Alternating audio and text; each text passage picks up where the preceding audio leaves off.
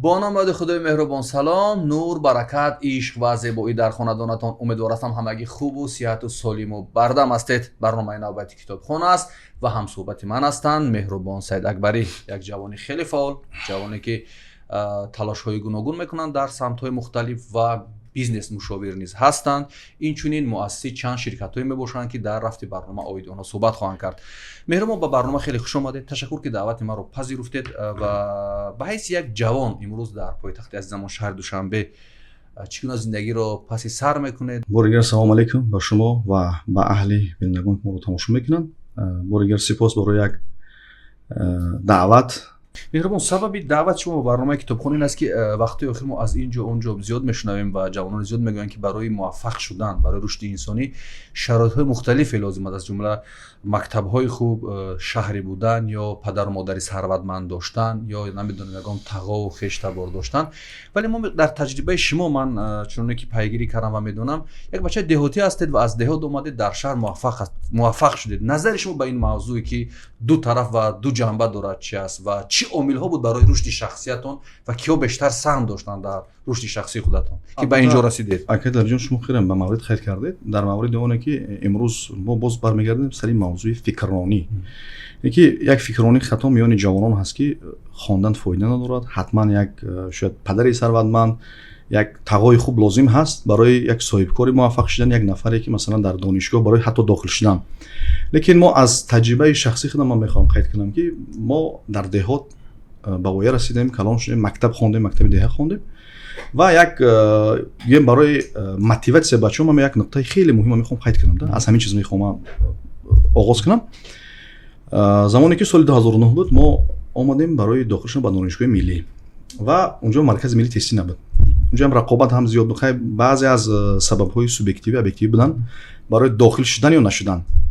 و زمانی که ما با فاکولته مولوی اقتصادی بود راستی داخل شدیم، اما با گروهی شهرناموی.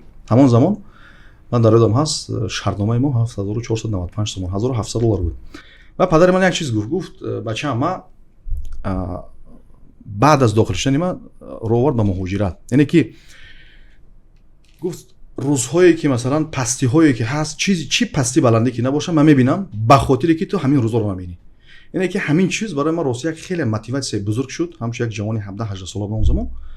و این باعث شد که راستی آنچنان خواندیم، ما آنچنان تحصیل کردیم که از گروهی بودجه به شهرنامه و بودجه گذشتیم. بعداً دانشگاه با دیپلم اعلی ختم کردیم و خدا با شکر که بعد از این دو کشور دیگر خارجی خواندم و بعد از این گویم همین زمان سیوم معلومات عالی در رشته گویم که سیاست شناسی همین زمان تحصیل دارم. یعنی که چی گفتنی هستم، مهم نیست پولدار بودن، تقوا داشتن یا پدر شما حتما ثروتمند باشد. اساس تلاش کردن سوی هدف است. اساس نیت نیک داشتن است و اساس بالای خود کار کردن است.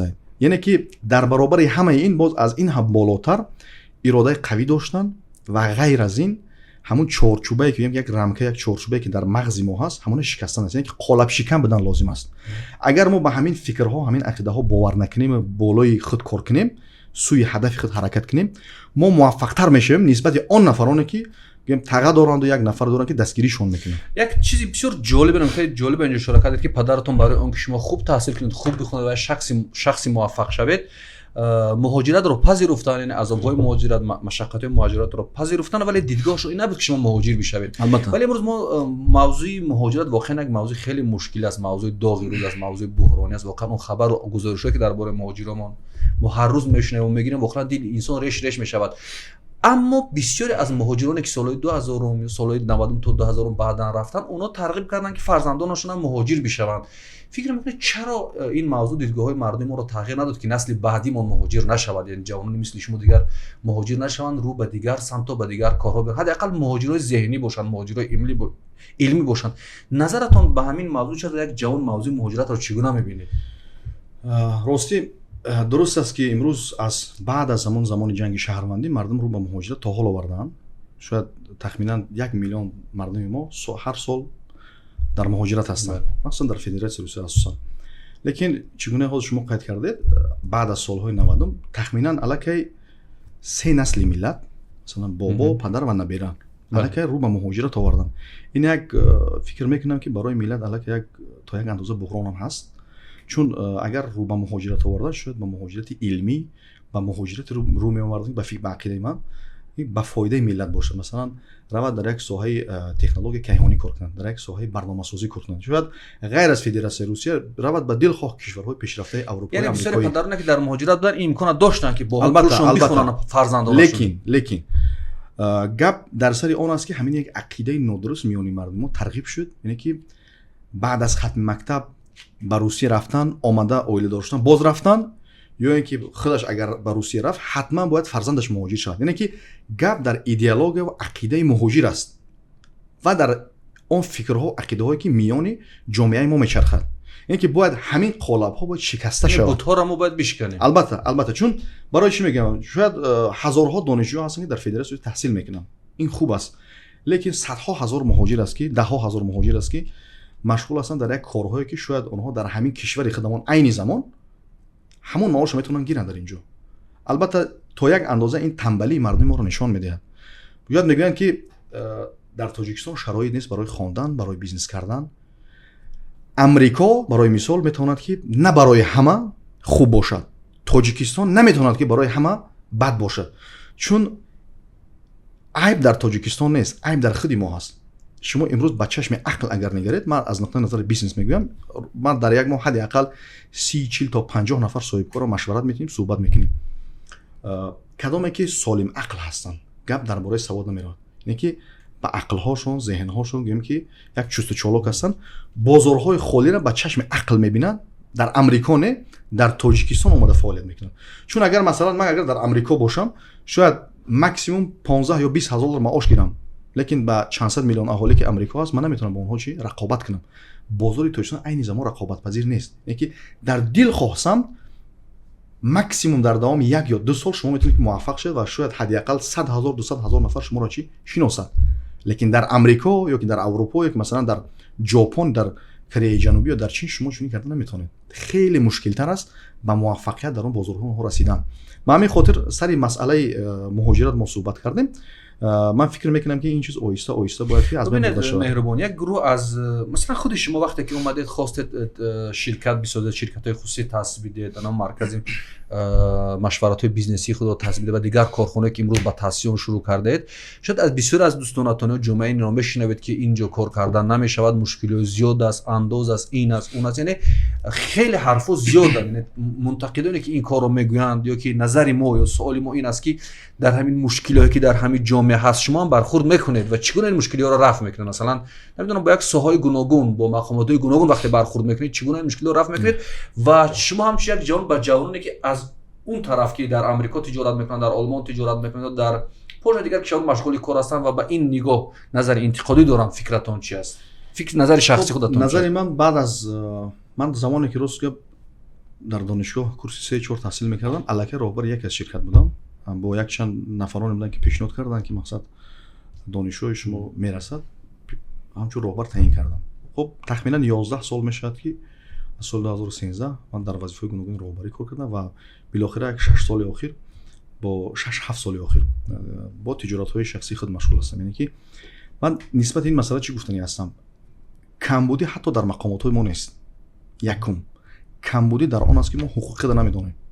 اگر شما مهم نیست که شما حتما حقوق شناس باشید، از همون عادی ترین حقوق‌هایی که شما دارید حفظ کرده تونید.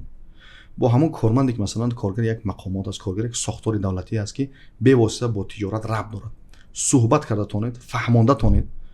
اگر در حالی که اگر از دایره چارچوبه قانون بیرون گپ زد، همون نفر شما تونید که مثلا با یک سخن خوب در دایره قانون نقطه گذارید، هیچگاه مانع ها نیستند. البته در همه کار پستی بلندی دارد، لیکن انسانی که صاحبکار است، صاحبکار پیش از همه دیپلمات باشد، صاحبکار پیش از همه معامله نقص کرده تونن. چون صاحبکار کارمند دولتی نیست که همه وقت باید که یک چهره جدی با همه صحبت کنن. صاحبکار از یک من به یک عقیده هستم که پول به انسان ها پول نمیارد، معامله مناسبت دیپلمات میتوند که به انسان ها درآمد بیارد، تجارت شما رو رشد کنند. چون سمت هایی که مثلا حاضر ما میگیریم و من میخوام از این سوال شما یک چیز دیگه اضافه کنم. تمام این تجارت هایی که عین زمان من دارم همش تجارت های ذهنی است. مثلا ошхона нест, истеҳсоли мебел нест, истеҳсоли ягон таҷҳизот нест, ҳамин аст воридот нест. мавзӯи мо. Бала тасаввур кунед ҳозир мазҳар суҳбат сари мавзӯи китоб хондан мешавад. Яъне ки аз ин ҷо маълум мешавад ки то як андоза тими мо ҳам шавқу завқ ба китоб хондан доранд, ҳам дар баробари ин тавонистем бо тими худ ки мо дар самти бизнесҳои зеҳнӣ рушд кунем ва рушд карда истодаем. Ине ки дар самти бизнес консалтинг, машварат дар соҳаи гуногуни бизнес, дар самти IT, яъне ки технология рақамӣ, технология иттилоотӣ, дар самти гӯем ки ва яке аз самтҳое ки мо стратегӣ фикр мекунем ки ояндадор аст дар ҳама давру замон, ин самти бизнес, таълими бизнес ҳаст. як гурӯҳ аз ҷавононе ки дар ҳамин Тоҷикистон таҳсил карданд, ҳатто дипломи сурх доранд ва онҳо ба ин назаранд ки агар мисли ҷавонони дигаре ки ҳамин ташкилотҳои худро доранд, созмонҳои худро доранд ва хеле муваффақ ҳам ҳастанд, мебинем ки онҳо Оксфорд хонданд, Гарвард хонданд ё кишварҳои дигаре хонданд. Чанд ин ширкатҳоро мо дар ин барнома ҳам оварда ин роҳбарошонро муаррифӣ кардем. вале шумо Тоҷикистон хондед, назаратон ба ин мавзӯъ чӣ аст? Яъне шумо фикр мекунед ки барои то як андоза муваффақ шудан, донишҳои муосира аз худ кардан, ҳатмӣ аст ки мо бояд таҳсили Амрико, Ҷопон ё намедонам Корея ё Чинро дошта бошем? ё фикртон чӣ аст? Далелҷон, рости ҷо ягон муболиға таърифаш нест. Ин хеле аст. Масалан, ман донишгоҳи миллӣ ҳамон дипломи аълое гуфтем, бо дипломи аъло хатм кардам ва баъдан таҳсил кардем дар як чанд кишварҳои дигар дар риштаи бонкдорӣ, маркетинг, бонкдории исломӣ. ҳатмӣ нест ки шумо ҳатман Гарвард ё Оксфорд хонед. Айни замон дар тими мо, ман барои шумо мисол меорам, шояд баъзеҳо қабул накунанд.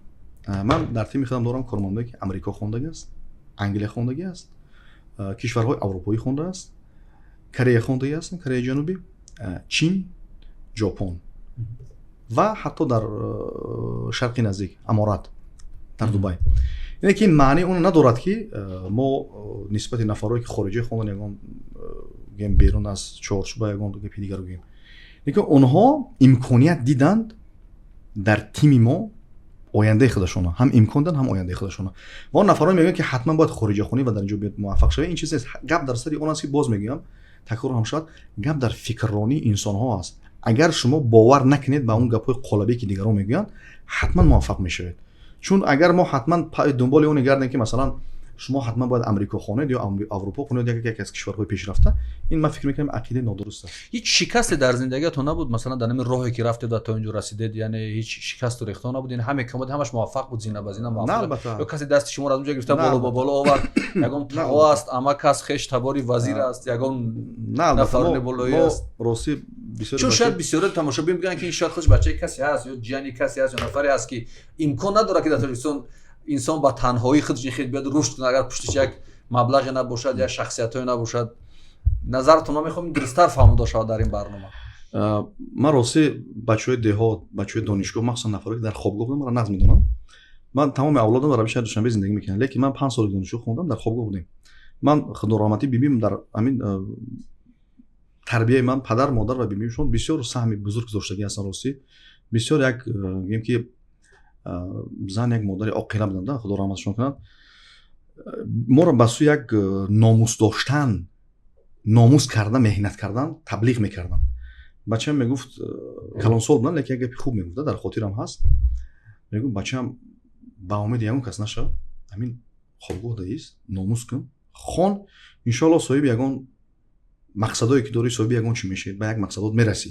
лекин мо гӯем ки ҳамин аввал охираш худованд худаш дуои падару модару пиро буд ки мо ба ҳамин ҷа расидем. Шикастҳо албатта дар 90% лоиҳаҳое ки мо кардем, зиёда аз 18 лоиҳае ки ман дарам тахмин мегӯям, доштем, мо шикаст хӯрдем, қарздор ҳам шудем ва то як андоза бо дигаро як сатҳи хеле ҳам баланд мегӯем гапгӯрезӣ ҳам шуд да. ва баъзе аз номардиҳо ҳам нисбати мо карданд, гӯем ки дар самти мо сохтмон ҳам будем, дар дигар риштаҳое ки будем. яъне шумо дар масъалаи оне гап задед ки шояд касе ҳаст, бисёрҳо метавонанд ки шояд баъд аз навор баромадан бояд комент кунанд, шояд ҳозир комент менависам, бале мега ки ман ҳам 2 диплом дорам, 3 диплом дорам, ман дипломи сурх дорам, ба акай дадари ман инҷаро хондам, унҷаро хондам. хайн дар Россия ман муҳоҷир шудем, яъне илм дар ҷомеа бекор аст, илм аш чизи нокор аст. ин зиёд аст аз ин нафароде ки ба мо менависанд. як сама қайд мекунад. баъзе дар баъзе ҳолатҳо ҳатто 3 диплом доштан муҳим нест. ман фикр мекунам ки инсоне ки соҳиб ақл, соҳиб хират, монанди ҳамин як даррандае ҳаст. ман камтар як шакли қабеҳтар мефаҳмонам. дандону чанголаш бояд тез бошад. ҳама вақт имкон надист зада гирифта. имконо дидед зада гирифтан аст. яъне ки шояд баъзеҳо ба ақлашон мебинанд ки дар ҳамон бозор дар ҳамон самт имконият ҳаст. як нафар сармоягузор меояд барои чи масалан тоҷики мо ҳамон нафара бовар карда наметавонанд ки ман аз уҳдаи фурӯши фалон чиз мебароям, аз уҳдаи ташкили пешбурди ҳамин намуди бизнес мебароям. гап дар сари ҳамин масъала меравад. яъне тоҷие ки ҳозир шумо гуфтед ки масалан дигаро шояд бовар накунанд, бешикаст. ман як навор ба наздикӣ гузоштам дар Инстаграм. ман рости нав оғоз кардем ба як 3-4 моҳи ахир шуд ба таблиғи бизнес бо забони ноби тоҷикӣ. як чиз қайд кардам. шикаст худ муваффақият аст. аввалин қадаме ки мо мезанем мешиканем, аллакай мо як қадам сӯи муваффақият наздик шинем. чун тамоми миллиардерҳо, тамоми файласуфон, тамоми бузургоне ки дар дунё гузаштаанд, аз тоҷикон сар карда то хориҷиҳое ки ҳастанд, то дар тӯли таърих чӣ мегӯянд? ҳеҷ муваффақият, ҳеҷ дастоварде бидуни шикаст ба даст намеояд. дар корхонаи коргоҳе ки шумо кор мекунед, бо тиме ки кор мекунед, ҷанбаи маънавӣ ва китобхонӣ чӣ гуна аст ва оиди китоб чӣ фикр доранд ҷавоне ки бо шумо кор мекунанд, бо шумо ҳамкор ҳастанд? масъалаи китобу мутолиа чӣ аст ва худатон ба ин мавзӯъ чӣ назар доред? яъне бояд фақат дар андешаи пулкоркунӣ бояд бошем, ҳар роҳе ки бошад, ва дар фикри маънавиёту китоб набошем, ва ин чӣ аҳамият дорад? шумо дар як чиз дигар ишора кардед дар бораи анамон рӯҳия, номус. яъне шумо мебинед ки бисёр аз рӯҳияи ҷавонони мо шикаста аст. мехоҳам дар ин ду суол посух диҳед. яке ин ки рӯҳияи ҷавонон чӣ гуна бояд боло бурда шавад, ва дуюм ин ки дар тиматон китобхонӣ мавзӯи ахлоқу маънавиёт чӣ гуна аст? дар суоли инҷо ду суол кардед. якум дар масъалаи хондани китоб. шахсан ман ҳадди ақал ҳар моҳ на кам аз 20 китоб барои тими худамон харидорӣ мекунам, аз ҳисоби худамон, аз ҳисоби корхона. ва онҳоро баъзеҳои камтар хеле тамбал ҳастанд, маҷбур мекунем ҳадди ақал як китоб дар як моҳ хонанд. на танҳо хонанд, китоба хондан, мо шароит дорем, презентатсия мекунам, роҳнамоӣ мекунам. бардошташ аз китоб барои тим и ҳар як нафар як. дуюм, ман шахсан худам рости гап ҳар моҳи барои махсусан омӯзиши худам 2-3 устод дорам ки омада барои ман дарс мегӯянд дар ҷои корам, дар ҳамон дафтари корӣ. ине ки ман шахсан 3 усули китобхонӣ истифода мебарам. ҳаст як усуле ки китобҳои сахт барои ман маъқул аст, инҷа як чандашо овардаги ҳастам, нишон медиҳам. аз аввал то ба охир мехонам. ҳаст китобҳое ки шояд кадом мавзӯъҳои лозимае ҳаст барои худ мехонам. дуюм усул. сеюм усул, рости як 2-3 усулҳое дорем ки онҳо китобхон ҳастанд, худашон ҳам мушовир ҳастанд. зиёда аз 15-20 сол дар риштаҳои гуногуни тиҷорат таҷрибаи бой дорам. ҳар як китобро мехонам, барои ҳар як соати дарсӣ мо барои онҳо пул пардохт мекунем. аз рӯи китоби хондаашон барои мо ҳамчун як таҷриба монанди дарс мегзаранд. яъне ки ин усуле аст ки метавонад дилхоҳ нафарот дар таҷрибаи худ истифода баранд. тими кори шумо ба ин усулҳо пойбанд аст? албатта ман дар баробари рости гап фақат дар мо як ақидаи нодуруст аст. инҷа як чизе мехоҳам илова кунам то сари мавзӯи рӯҳия гап задан. дар мо коргара мегиранд ба кор, фикр мекунанд ки масалан 1000, 2000, 3000 сом маош шуд, бояд пурра вақтше барои соҳиби корхона башад. ин чунин нест. баръакс, бояд мо болои нафарое ки бо мо кор мекунанд дар тим ҳастанд, болои онҳо кор кунем. мо мисолан барои кормандонмон хароҷот мекунем. курсҳои гуногун ҳастанд, дарсҳои гуногун ҳастанд, семинарҳои гуногун ҳастанд. маблағ метиҳем, хароҷот мекунем, рафта иштирок кунанд. яъне ки ин мустаҳкам кардани донишҳои тим метавонад ки бар рушди корхона саҳм гузорад. яъне ки ҳадафҳое ки мо дар назди худ дар тӯли 3 сол 5 сол гузоштем, шояд дар 5 сол не, дар 2-3 сол мо расем. яъне ки ҳатман таъсири мусбии худа мерасонад кӯмак кардан дар самти зеҳнӣ ба кормандон. рӯҳияи ҷавонон дар як ҷомеа чаро шикаста мешавад, чаро беғайрат мешаванд, беҷуръат мешаванд, дар дил хом масъала. ва чӣ гуна мешавад ин рӯҳияро боло бурд аз нигоҳи шумо як ҷавон? шумо фикр мекунам хеле таъсир дорад аз ҷуръат. албатта масалан шояд аз фаҳмишу дарки шахсии ман вобаста аст ки мо чандин тиҷоратҳо чандин корҳо шикастҳои хеле ҳам ҷиддӣ хӯрдем, ҳатто хиёнатҳоам дар тиҷоратҳо дидем.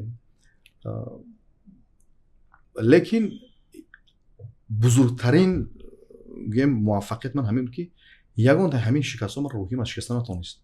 яъне ки якум иваз кардани рӯҳия аз худи фикрронии инсон, иродаи қавии инсон вобастагӣ дорад. аз куҷо пайдо мешавад? дуюм, яъне ки иродаи қавӣ ман фикр мекунам ки ҳам мутолиа кардан, ҳам каме ҳам агар тарбияи хонаводагӣ дорад ё не? албатта ҳаст. як чизи дигар ҳаст. такя кардан ба он арзишҳои маънавии исломӣ кушода гӯем агар. چون انسان از وعده خداوند است که بعد از هر یک مشکلی بعد از هر یک مشکلی یک سبکی هست. فإن مع العسر یسرا إن مع العسر یسرا، این آیه قرآن است. من فکر میکنم که جوانان ما باید هم مسلمان معاصر باشن، پیش از همه یک تاجیکی با غرور، تاجیکی با ناموس باشن، و یک برای یک با جرأت شدن. من فکر میکنم که باید حتما با اون نفرانی که همنشین هستند، با اون نفرانی که هم صحبت هستند، با اونها باید در مد اول با نفرانی که همنشین باشند که اونها خود اراده قوی داشته باشند، اونها اهل علم باشند، اونها نفرانی باشند که با جرأت باشند. یعنی که انسان در تنهایی هیچگاه نمیتواند که همچنین نفری با جرأت باشد، یک روحیه خوب داشته باشد. یعنی که مثلا اگر در اطراف من 10 نفری موفق باشه، حتما 11 نفر من میشم. اگر 10 نفری با جرأت باشد، 11 حتما من میشم. چون اگر از من مثلا بی جرأت تر باشند و بی سوادتر باشند، حتما اونها منو میکشن طرف خود. برای یک ملت، برای یک مخصوصا جوانای ما با جرأت شدن، من فکر میکنم که از تمام اصول ها و واسطه های نیکی که هست، آموختن دانش، تکیه کردن با گویم که اون ارزش هایی که هست و در برابر این همین اطرافیانی که هستن.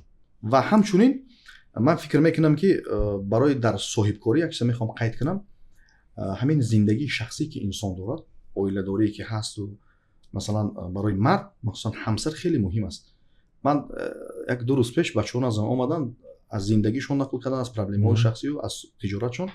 من گفتم که برادر، همین جرأت و موفقیت سایه زندگی شخصی انسان نشون میده. تا کدام درجه شما جرأت دارید، تا کدام درجه شما مثلا موفق هستید، از زندگی شخصی شما وابستگی سخت دارد. چون به این شما هیچگاه نمیتونید روحیه خوب داشته باشید، یک جرأتی خوب داشته باشید، یک موفقیت داشته باشید. و برای اون نفرانی که میگم تا زمان عائله دار شوی، برای اون نفران من توصیه چی است؟ برای جرأت دار شدن، یک دانشجوی مستحکم آموختن. از در تربیت انسان یک چند نفر نقش مهمی بازد. یکی از این دوستان. ما خدا با شکر که از زمان دانشجویی دوستای خوب داشتیم. اهل نشستی ما نفران بودن که روزهاشون در کتابخانه فردوسی، زمانی که کتابخانه ملی نبود، روزهاشون شب میشد. روزهای ما در کتابخانه خوابگاه‌ها، روزهای ما در کتابخانه دانشگاه‌ها با انجام میرسید. تا شام می نشستیم کتابخوانی میکردیم، حتی شب‌های دراز. من فکر میکنم حتما مطالعه کردن، با نفران خردمند شدن، با نفران سالم عقل، با جرأت دوستی کردن، بر روحیه انسان تأثیر مثبت منفی میرساند. در آخر پیش از آنکه که با معرفی کتاب بگذاریم، یک سوال دیگر اینجا میخوام بپرسم. شما گفتید که در نظام بانکدار اسلامی هم تحصیل کردید و این موضوع رو می‌آموزید و مردم تاجیکستان که خدا را شکر همش تقریبا مسلمان هستند، یعنی کلی اکثری مردم مسلمان هستند، انتظار چون یک بانکی هستند و این بانک در آینده میتواند عملی شود و زمینه‌هاش فراهم هست، دانش‌های بچه‌ها میرسند و چی خوبی دارد تأسیس چون یک بانک در تاجیکستان که گفتم اکثری مردمش با پایبند به ارزش‌های اسلامی هستند، یعنی مسلمان هستند. سال اکیدر جون سال 2013 بود، اخیری 13 اولی 14 دکبر январ یک تحقیقات از جانب بانک اسلامی روش گذرانده شد در همکاری با بانک ملی و اساسیاسیون بانک تاجیکستان. من شخصا اشتراک داشتم. تقریبا تصور کنید 11 سال پیش اکثریت مردمی که ما سوال کردیم که برای چی با بانک‌های عنعنوی داد و گریفت نمیکنید و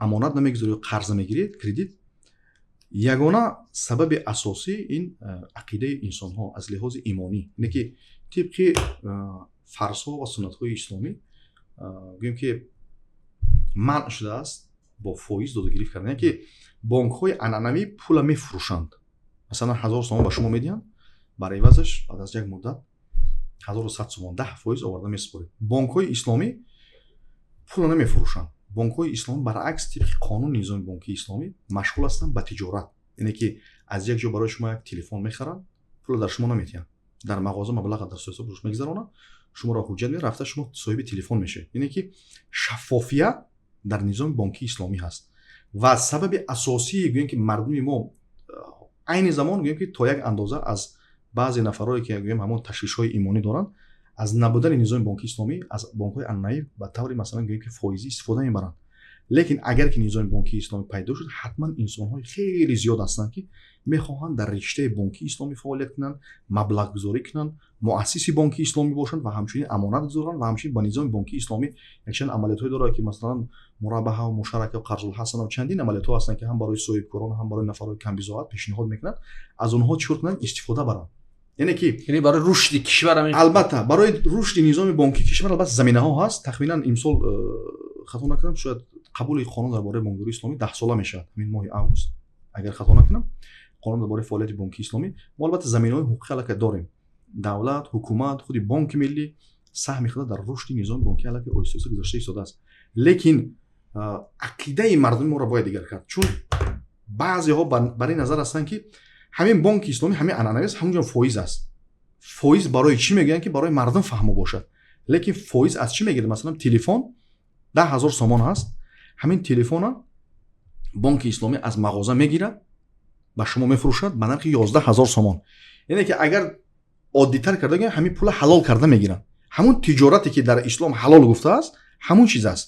Фақат ино хариду фурӯш мекунанд. Дар низоми бонкии анъанавӣ тибқи қонун дар бораи фаъолияти бонкӣ машғул шудани бонкҳои анъанавӣ ба хариду фурӯш фаъолияти тиҷоратӣ манъ аст. Яке маблағгузорӣ мекунанд дар тиҷоратҳо ба дигар нафарҳо масалан. Яке фарқиятҳо яне ки ҳаст. Яне ки мардум имрӯз аллакай омода, яке 11 сол пеш ки мо 10-11 сол пеш тақрибан таҳлилҳо гузарондем, аллакай мардум омода буданд.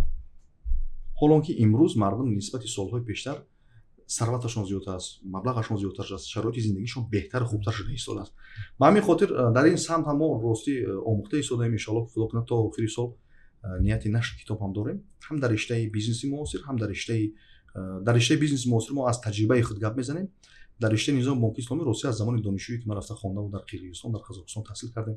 Ҳатто дар бонкҳои исломиашон таҷрибаомӯзӣ гузарондем. Ҳам дар самти амонатгузорӣ, ҳам дар самти маблағгузорӣ. Ман фикр мекунам ки мардуми мо омода ҳаст. Фақат барои мардум фаҳмондан лозим аст ки умуман низоми бонкӣ аз чӣ иборат аст. Хуб, сар ин мавзӯъ шояд як суҳбати алоҳида дар барномаҳои китобхон оянда агар суҳбатҳо шояд доир мешавад. Ба барномаи китобхон чун анъана аст, чун барномаи китобхон аст, чӣ китобҳоеро овардед ва чӣ тавсияҳо доред барои нафароне ки тоҷир ҳастанд ё умуман китоб мехоҳанд бихонанд, чӣ китобҳоеро пешниҳод мекунед? Далелҷон, ман инҷо як китоб ба нав гирифтам, мутолиа кардам. Бисёр як тими Бонки Тинкофф, Олег Тинкофф ҳам ман ростӣ китоби худашон мутолиа кардагӣ ҳастам. Лекин инҷа ҳамун нафарое ки дар Бонки Тинкофф ҳастанд дар сатҳи роҳбарӣ кунанда, китоб хеле китоби ҷолиб аст. Business Base MBA, яъне ки бе ягон маълумоти махсуси олӣ дар самти бизнес аз сифр ин китоб нақл мекунад ки дар бизнес шумо аз чӣ оғоз кунед то куҷоҳо равед. Яъне ки нафароне ки бехоҳанд дар бизнес аз сифр кори худро, фаъолияти худро оғоз кунанд, ҳамин китоб беҳтарин китоб аст. Ҳоло ба ҳамин монанд ҳам мо ростӣ ҳамун китобе ки гуфтем дар риштаи бизнес навишта истодаем. Бо забони тоҷикӣ. Бо забони тоҷикӣ. На аз тарҷума аз дигар китобҳо, на аз ҷои дигар. Аз таҷрибае ки ҳар рӯз мо бо соҳибкоро мегирем, кору фаъолият мекунем. Ва ин як китоби дигар аст, гӯем ки Атомные привычки, ине ки дар бораи характери инсонҳо гап мезанад. Фикр мекунам ки барои инсоне ки мехоҳад муваффақ шавад, соҳибкор бошад, ҳатман як хусусиятҳои хос дар он нафар бояд дар шахсияташ бошад. Чун монанди масалан як мисол ба шумо ман бисёр мегӯям, не гуфтан ёд гирифтан дар тиҷорат. Ба мисли ҳамин чандин хусусиятҳои хоси инсонӣ ҳастанд ки бояд ҳатман аз ин китоб мутолиа кунад. Атомные привычки, ин китобам қаблан дар барномаи китобхон мо соли гузашта муаррифӣ карда будем ва онҳое ки агар мехоҳанд ин китобро бихонанд, барояшон бояд бигӯем ки ин китоб дар фурӯшгоҳои китоби Тоҷикистон мавҷуд аст ва метавонанд озодона ин китобро бихаранд ва бихонанд. Хуб, китоби дигар мо ростӣ ман худам дар самти дар риштаи инноватсия, дар самти рақамикунонӣ, технологияи рақамӣ ва ҳамчунин зеҳни сунъӣ ростӣ бисёр як шавқу завқ дорам. Ширкатҳомо дар ҳамин самт фаъолият дорад. Ҳатто мо ростӣ 2-3 соли охир шуд, иншоаллоҳ ки ният дорем дар риштаи технологияи кайҳонӣ ҳам баъзе аз фикрҳо, ақидаҳо ҳастанд. Худо хоҳад иншоаллоҳ. Ин китоб яке аз китобҳои бестселлер дар сатҳи ҷаҳонӣ аст. Искусственный интеллект 10 образов нашабуди шуд 2041 бо ҳамин ном муаррифӣ шудагӣ аст. Яъне ки ин китоб барои нафароне тавсия мешавад ки дар риштаи инноватсия, дар риштаи робототехника, дар риштаи технологӣ, бизнесҳои технологӣ мехоҳанд кунанд. Чун айни замон бозори Тоҷикистон ҳатто гирем дар ҳамин ришта қариб ки дар 98% ҳолат холӣ аст. Фақат мо якчанд IT ширкатҳо дорем, як нафар ба риштаи зеҳни сунъӣ машғул аст ва якчанд шояд 15-20 соҳибкор электромобил ворид карда истоданд. Бозор тамоман холӣ аст. Бозор холӣ аст. و کتاب دیگر من وقتی شما رو بسیار نمیگیرم کتاب ژاسکی منیجمنت یکی از کتاب‌های دوست داشته من هستن. این کتاب برای نفرانی که میخواهند واقعا هم بهترین راهبر شوند یک خاراکتری خود داشته باشند گویم که وظیفه گذاری درست کارمندان خود کنند کنترل نظارت درست کنند بهترین کتاب برای راهبران بیزنس ژاسکی منیجمنت این کتاب هم در فروشگاه کتاب تاجیکستان هست. واقعا در مورد این کتاب شما میتونید در اینترنت هم جستجو کنید شکل الکترونیک کتاب رو دسترس میتونید کرد. اینچنین به خط نیوکون هم و خط فارسی هم این کتاب برگردان شده است. واقعا یک کتاب جالب است دربارش گفتگوها خیلی در شبکه‌های اینترنتی که با کتاب یعنی بررسی کتابو مشغولن خیلی زیاد است. خب در آخر میخواستم صحبتتان رو خلاصه کنید و پیامتون اندیشه‌تون خلاصتون به نسل خودمون به نسلی که هم نسل ما هستند چی است و اونها هم که امروز واقعا در گرفتاری‌های زندگی چی در مهاجرت هستند چی در داخل کشور از بیکاری رنج میکشند یا مهاجر هستند یا نگرانی‌ها دارند یا ناامید هستند به عنوان یک جوان چی گفتن است و آینده رو چی نمی‌بینید بگویید صحبتتون رو خلاصه کنید و برنامه رو به انجام برسانید. امریکایی‌ها یک گپ دارن میگن که never give up یعنی که براسیش میگن که نیکیدن ازدواج یعنی که هیچگاه شما رو افتاده شکسته نشید. حتما شکست مردم ما شکست جوانای ما مخصوص در چی است یکم قدمی که میگذارن همه وقت یکم قدم در دل خواهکار مهم است میگذارن از یکم قدمی که شکست حتما فکر میگه تاجیکستان عیب دارد مردم ما عیب دارد بیزنس عیب دارد یا فرهنگش عیب دارد دینش عیب دارد چون نیست انسان من فکر میکنم جوان باید یک جوانی مخصوصا جوانان ما یک جوانانی قوی اراده باید باشن یک جوانانی باشن که در عقیده خود در ایده خود در ایدئولوژی خود در راه خود استوار باشن دست گیرن از علم معاصر دست زنن به اسلام هر یک جایی که هست هر یک علمی که هست هر یک کاری که هست سمتی که هست حتما پهلوی مثبت خود دارد. ما همه وقت نیکبین باید باشیم نیک اندیش باید باشیم به نظر منفی باید ننگریم در جان. من فکر میکنم جوانای ما باید بسیارتر عین زمان متاسفانه همین اینترنت تأثیر منفی خود رسانده است به عقیده مردم به مخصوصا جوانان و نورسا با جای گیم یک چند نفر انسان هایی که شاید کتاب تبلیغ کنن علم تبلیغ کنن تعلیم صاحب بیزنس تبلیغ کنن شاید چند نفر به فرهنگی سهم گذاشته هستند در به فرهنگی مردم ما. البته که این یک گیم یک تأثیر منفی خود برای تربیت نسل آینده ما میرساند. اونی که ملتی که دست به کتاب میزنند نفر جوانی که دست به کتاب میزنند آینده روشن دارند. تصور کنید ما زمان سامانیان رو میخونیم تا حال ما از زمان گذشته مثلا فردوسی و رودکی و حافظ و سعدی و دیگر بزرگای ملت میخونیم اگر اونها از کتاب کار نمیگرفتن اگر اونها کتابخوان نمیبودن اگر اونها کتاب نویس نمیبودن شاید بعد از 700 سال 800 سال 1000 سال نام اونها در قلب های ما زنده نمیموند. این فکری من همش یک جوانی معاصر است که باید تا حتی یک چیز من میخوام قید کنم شاید در تجارت حتی انسان تا یک درجه میرسد که پوره رو میارد به معنویات. مثلا عین زمان برای من خیلی و خیلی جالب است آموختن تاریخ آموختن ادبیات چون اگر ما دست به آموزش زبان تاجیکی به تاریخ به ادبیات زدیم اینا سرچشمه هم سیاست هم علم سیاست شناسی هم دیپلماتیا هم اقتصاد هم تجارت بین المللی است. چون بسیاری ها در زمان مکتبی حتی خطا فکر میکردن که همین متماتیک برای ما چی لازم است مثلا زبان تاجیکی برای ما چی لازم است لیکن ما امروز میبینیم که مثلا همون ثمره ای که ما در دهات حتی گفتیم آموختیم لیکن امروز شکر خدا که ما در یک سطح درست در یک قالب خیلی هم معاصر بیزنس به زبان تاجیکی میفهمونیم برای مردم به زبان ساده عادی فهمو نه اینکه کوچگی. من فکر میکنم که باید حتما این چیزایی که مثلا در حتی فنهایی که در زمان مکتبی هست باید آموزن. این سرچشمه میشود برای رشد شخصیت شما شاید در دوام 30 40 50 سال آینده. و بالاخره بچه میخوام فرجام کنم شما در مورد در انجام سخن در مورد سمت‌هایی که ما فعالیت میکنیم باز هم گفتیم که ما در سمت‌های ذهنی رشد کرده ایستادیم تجارت‌های ذهنی و خدا کند که در قالب نو مکتب بیزنس دوشنبه بیزنس اسکول به نزدیکی آغاز شد از ماه سپتامبر کورس‌ها و درس‌ها و میگیم که سمت‌های را ما با تعلیم نفرای را فرا میگیریم که از عملیه بیزنس صحبت خواهیم کرد. یعنی که آهسته آهسته فقط نکندش نکبین باید باشیم نه اینکه مثلا حتما امریکا خونیم، حتما کره جنوبی خونیم، حتما مثلا انگلیس خونیم. این به فکر من عقیده خطا هست. شاید بگذار دل خواه نفر را بیارد، من با اون بحث میکنم که همین عقیده نادرست است. حتما لازم نیست برای جوانان ما در آخر چی مراجعه میکنم که شما همین دانشگاه ها درست کنید، مکتب حداقل درست کنید. حاضر در ما بچه‌ای هستن که مکتب درست خوندگی هستن، دانشگاه خوندگی نیستن. برنامه‌سازی رو برنامه ساختن، با خودآموزی یاد گرفتن از برنامه‌سازایی که دیپلم دارن از دانشگاه‌های تاجیکستان و خارجه، از اونها بهتر برنامه‌ریزی و برنامه‌نویسی عشق دارم با کار. البته بله. همه چیز از شوق و ذوق آغاز میشه. تشکر زیاد. واقعا وقتی که ما میگویم جوانان آینده ملتند و آینده ما با جوانان وابسته است، این شعار زیاد ما میشنویم از همه منبرها و منبرهای گوناگون و در سطح گوناگون. باید بدانیم که این آینده، این جوانان آینده ما از جوانان وابسته است.